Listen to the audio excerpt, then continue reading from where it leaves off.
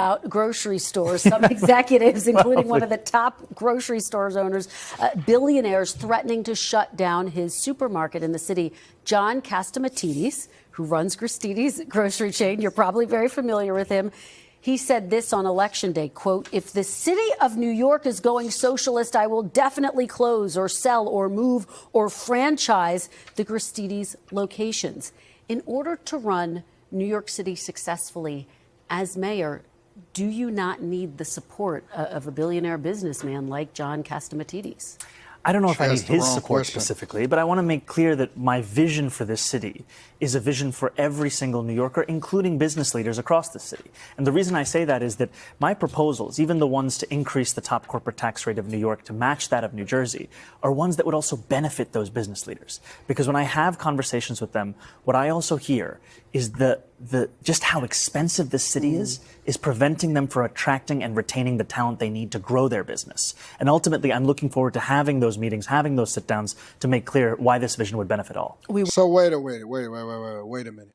You're telling me that his pitch to go from a 7.5% corporate tax to 11.5%, almost 12% corporate tax is so that they can retain talent, as though if the grocery store owners, such as the guy that he's talking about, and or the people that are happening in the corporate America or whatever, so on and so forth, he's telling them that he's going to tax them more so that they can then retain more talent, as though they can't actually keep more talent by raising it. And it's not the conditions, it's not any other factor than the fact that they have to pay more taxes into the city of New York in order to do business there and to move into a socialist environment.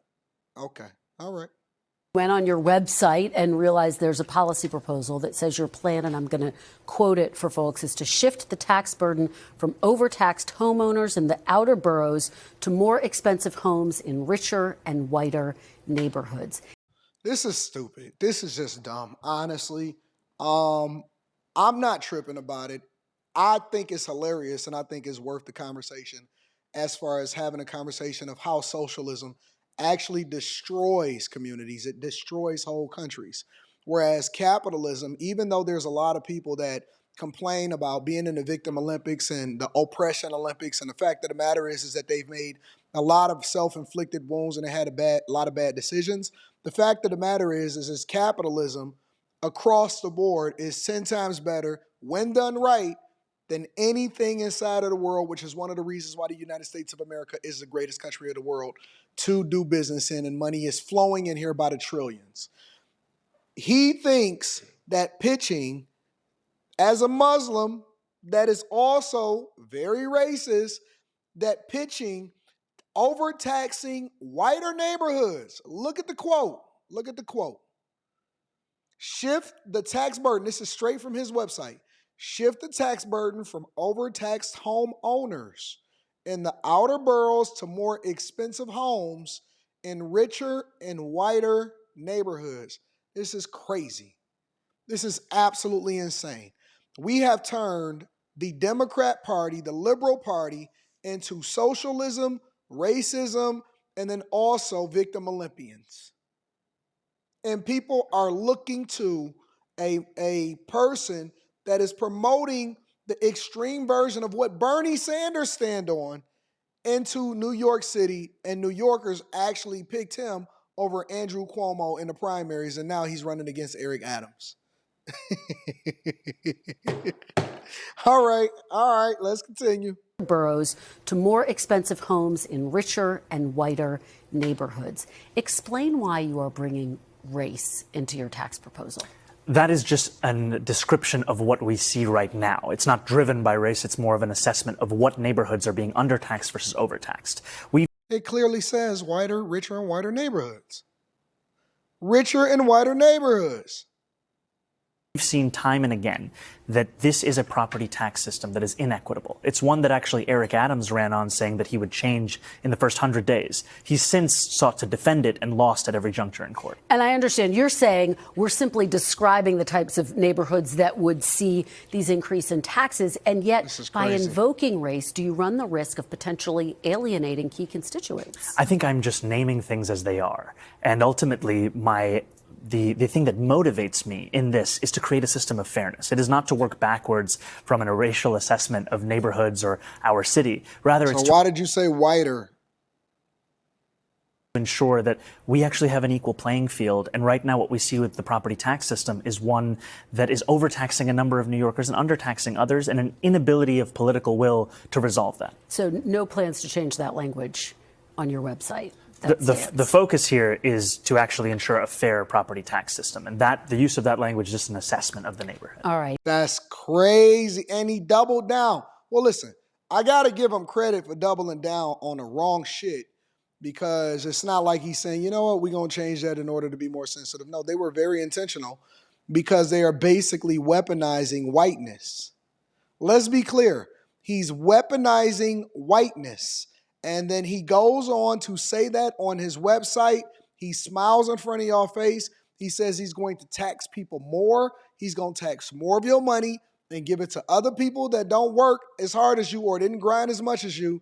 And let me just predict this right now. If he was to even remotely get into office, there would be a mass exodus of New Yorkers leaving that city, leaving that state.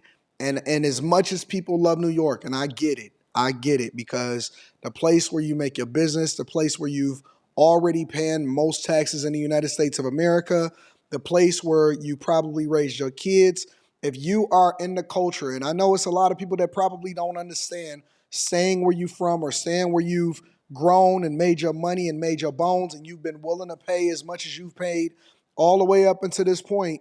And I'm sure that there's a lot of business owners that's going to stay in New York because they got to do business in New York, because that's just the way that it is. And that's what a lot of these mayoral candidates are banking on. But I am telling you that it is 100% going to go the way of Chicago, Los Angeles, all the rest of these places.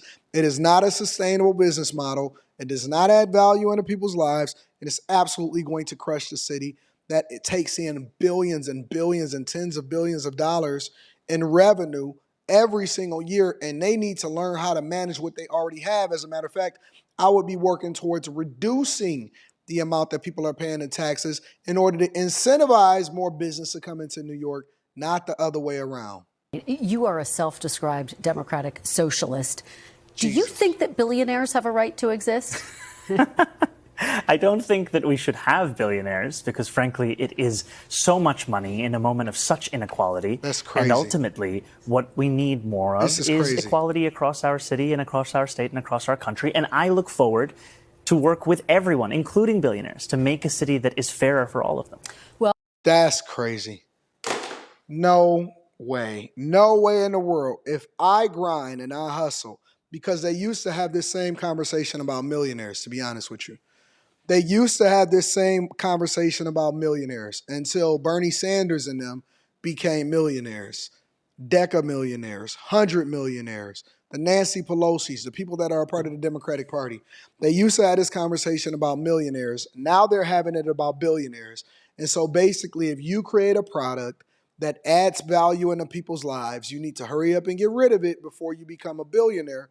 Because the business that you start, that people patronize, that people see value in, you can't become a billionaire because there's too much inequality in the world, and they need to take your money in order to give it to other people when you make a certain amount. That's not the fabric of America. That's not what made America great, and I don't advocate for that. Let me know what y'all think inside of the comments. Make sure y'all tap into the Patreon. Link is in the description. T. Chanley, 40% off your first order, 20% off for life. I love you. I appreciate you. I'm going to holler at you guys later.